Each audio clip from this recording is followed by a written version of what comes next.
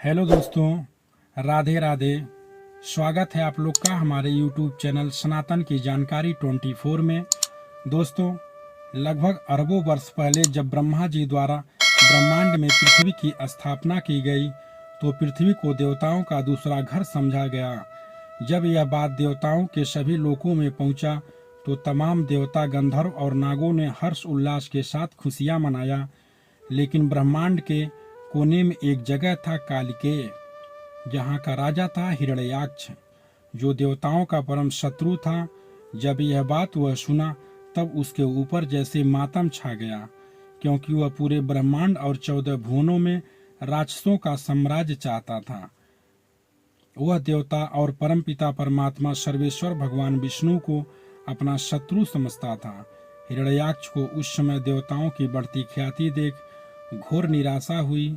हिरण्याक्ष एक शक्तिशाली असुर था, जिसे ब्रह्मा जी द्वारा तमाम सिद्धियां और शक्तियां तथा अस्त्र शस्त्र प्राप्त था, और इसी का फायदा उठाकर सही समय देखकर वह स्वर्गलोक पर अचानक अपनी पूरी शक्ति और सेना के साथ आक्रमण बोल दिया, जहां पर हिरण्याक्ष और देवताओं के बीच भीषण युद्ध हुआ और अंत में हिरण्याक्ष ने देवताओं को हराकर स्वर्गलोक पर अपना आधिपत्य जमा लिया और इंद्रादि देवता पराजित होकर ब्रह्मलोक पहुँचे और वहां ब्रह्मा जी से स्वर्गलोक वापस दिलाने की गुहार करने लगे। फिर ब्रह्मा जी ने देवताओं को पृथ्वी पर जाने की आज्ञा दी और वहां पर उन्हें नए जीवन उत्पन्न करने के लिए कहा। फिर देवताओं ने पृथ्वी पर आकर अपना अपना कार्य शुरू कर दिया और देवताओं के कार्य से पृथ्वी लोक पर हरे भरे और सुंदर वनों का जन्म हुआ, नए नए जीवों का भी जन्म हुआ। हर जगह नदियां बहने लगी और समुद्र देव को भी पृथ्वी पर एक बड़ा स्थान मिला, और उस समय देवताओं के देखरेख में पृथ्वी फलने फूलने लगी। यहाँ तक कि पृथ्वी स्वर्ग से भी सुंदर लगने लगी थी और पृथ्वी देवताओं का दूसरा घर बन चुका था। और जब यह बात हिरण्याक्ष को पता चला तो वह क्रोध से लाल हो गया। फिर उसने ठान लिया कि अब की बार देवताओं को खत्म करके ही मानूंगा। यह सोचकर वह पृथ्वी की ओर निकल पड़ा और पृथ्वी के पास पहुंचकर पृथ्वी की सुंदरता देखी तो उसकी आंखें फटी की फटी रह गईं।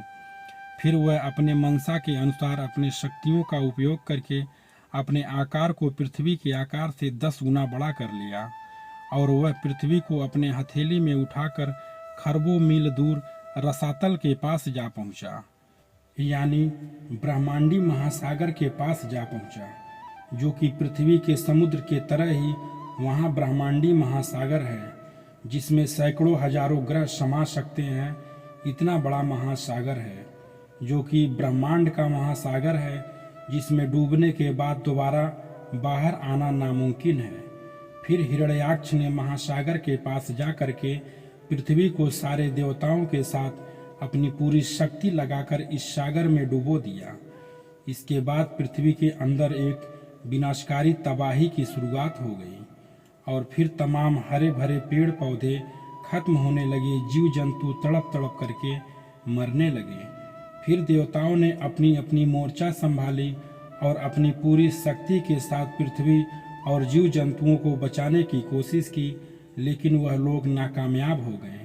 फिर सभी देवता मिल करके ब्रह्मा जी का ध्यान करने लगे और ब्रह्मा जी ब्रह्मलोक में बैठे सारी लीला देख रहे थे।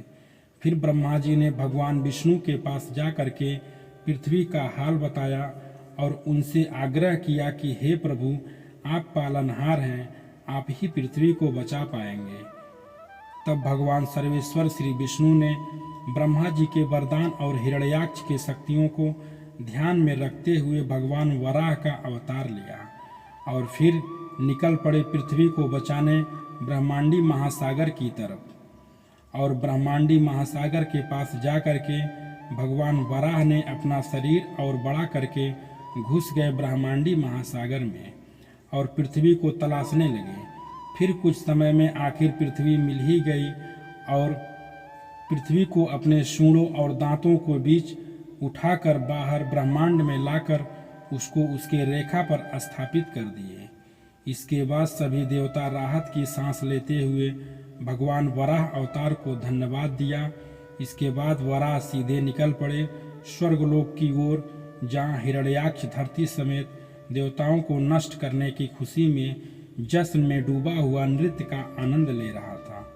फिर कुछ देर बाद हिरण्याक्ष का ध्यान दूर से आते हुए भयंकर वराह पर पड़ा और वह इतना भयंकर और बड़ा रूप देख करके अचंभित रह गया और समझ गया हो न हो यह त्रिदेवों में से ही कोई एक होगा।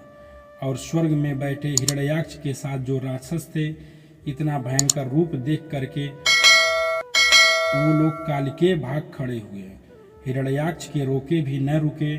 इतना सब देख हिरण्याक्ष काफी क्रोधित हुआ और अपना आकार और बड़ा करके वराह से युद्ध करने स्वर्ग से बाहर निकला।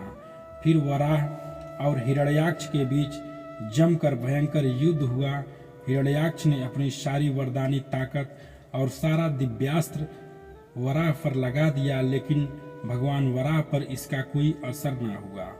और आखिर में जब वराह से युद्ध करते करते हिरण्याक्ष की सारी सिद्धियां और शक्तियां समाप्त हो गई, फिर वराह ने अपने एक ही दमदार वार से हिरण्याक्ष का सर धड़ से अलग कर दिया। इसके बाद सभी देवी देवता भगवान वराह से काफी खुश हुए और जय जयकार करने लगे। फिर भगवान वराह अपने लोक यानी बैकुंठ लोक लौट गए। इसके बाद देवताओं को अपना पहला घर स्वर्ग लोक वापस मिल गया और साथ ही साथ उनका दूसरा घर पृथ्वी लोक भी उनके पास हो गया। फिर पृथ्वी देवताओं के देखरेख में पहले के जैसा फलने फूलने लगा। तो साथियों, ये था भगवान विष्णु के तीसरे अवतार वराह अवतार की कथा। दोस्तों, यदि आपको वीडियो पसंद आई हो तो एक लाइक ज़रूर दें और जो नए हैं चैनल को सब्सक्राइब करें और अपने दोस्तों में शेयर करें। धन्यवाद दोस्तों। राधे राधे।